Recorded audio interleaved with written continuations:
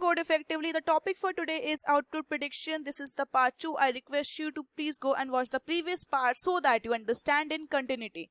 And this is an important topic because in ICSE and ISC class 9 to 12, this is a compulsory part in their question paper. So watch this video till the end. So we have asked that we have to predict the output of this following code when the value of A and B are given as 12 and 30. So they have asked me to tell the output of this code. So let's see. It's very easy. You don't have to do anything. Do as what the code says you to do and perform a dry run here. So let's start. Okay, so we are given that A is equals to, so we will just put out again, A is equals to 12 and B is equals to 30. Okay, as the code start, it will check. While A is not equals to B, let's see, 12 is not equals to 30. Condition is true. So we will come inside the while loop. After this, it will check. If A is greater than B, let's see, A is greater than B. No, 12 is not greater than B. So now let's come to the else one.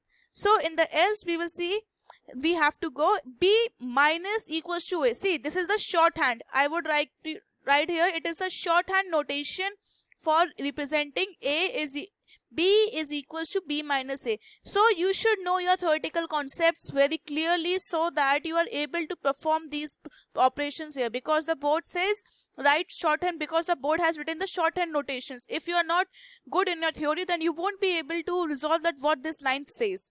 Okay, so you should know.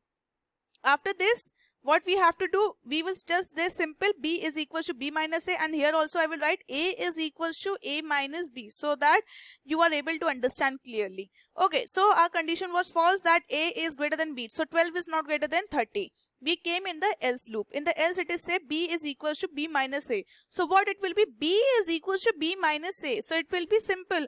30 minus 12. This comes out to be, it will be about 18. So B is equals to 18. Okay. Again, the loop will go because the condition, this is the while loop, it will keep on running till the condition is A is not equals to B. Again, the loop will go up, it will check. A is not equals to B. What is the value of B? A is 30, B, A is 12 and B is 18. So 12 is not equals to 18, it's obvious. So we'll come again inside the while loop, it will go. If A is greater than B, let's see, A is greater than B. What is the value of A? 12, B value is 18. Of course, 12 is not greater than B. So we will come again in else, it will check. It will give B is equals to B minus A. So let's minus B is equals to B. What is the value of B? B is 18 minus A. What is the value of A? 12. So it will comes out to be 6. So the value, new value that B gets is 6. Okay, now again the loop will go up. It will check. A is not equals to B. Let's see. A is 12, B is 6. Yes, 12 is not equals to B, or 12 is not equals to 6. So again we are in the while loop. It will check. If A is greater than B, let's see. What is the value of A? 12. 12 is greater than 6. Now the condition is true. It will come inside the if. Okay, inside the if it will check. What is the statement written? A is equals to A minus B. A is equals to A minus B. So A is equals to, what is the value of A? 12 minus B. What is the value of B? 6. So it comes out to be 6. Okay, the value is 6. So A gets a new value, that is 6. Again the loop goes up and it will check. While A is not equals to B, let's see what is the value of A. 6. B value is 6. 6 is not equals to 6. The condition is false because 6 is equals to 6. The conditions comes out to be false. As soon as the conditions comes out to be false, we come out of, I will just replace it with the new ink.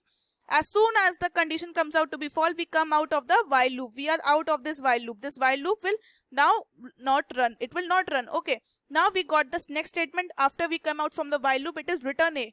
What is the value of A? Let's see. The value of A is 6. So we got the value A as 6. So our output comes out to be 6. Let's see and compile whether the output is 6 or not.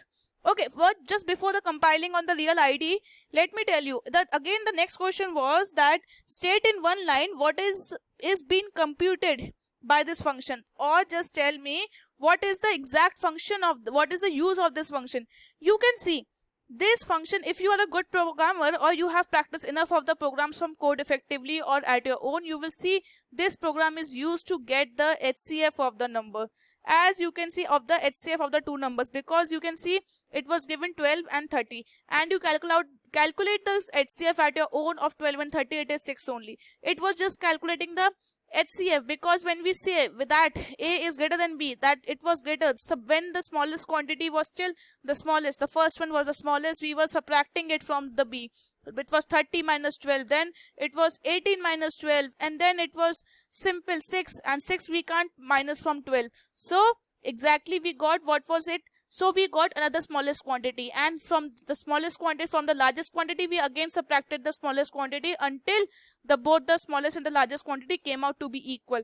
And here our conditions and the while loop break, and we returned the smallest quantity, that was A. It was the 6, that was highest common factor. This was the main logic. So we were just calculating HCF. Now let's see and go out for a dry or a exact run. This was the IDE. I've compiled my program in the IDE. Okay, it was, so I just wrote out exact code and took the snippet from the to the PPT, and I wrote the void main. In this I created the object called 12 and 30 again, and in this 12 and 30 I passed and stored the output. Because it was returning A, I stored the output in K and displayed. So let's see what is the answer. Is it 6 or not? Yes, the answer is 6. So we were correct. Okay, now let's change the numbers. Okay, for instance, I changed the number. It is 8 and 15. So you know 8 and 15 don't have a HCF because they don't have the common factor, because they both are odd numbers. Okay, so I think the output will be 1, because if you calculate it, it will be 1. Let's see, because it don't have a highest common factor, and I am saying that this program is used for calculating the HCF. Let's see. Yes, the output is 1, because 8 and 15 you have the highest common factor or HCF to be 1, and it was returning 1 only. So my prediction was right, that this function is used to calculate the HCF. I will write out here in the comment, used to calculate HCF. That's it. Okay, so you can write in one word, it is used to calculate HCF. Calculate HCF. This is what you have to perform. You have to perform the dry run and tell in what for. This was for 1 mark. This answer was for 1 mark. Okay, hope you like this video. If you like this video, kindly go and share the Code Effectively channel with your friends, and stay tuned for more such videos.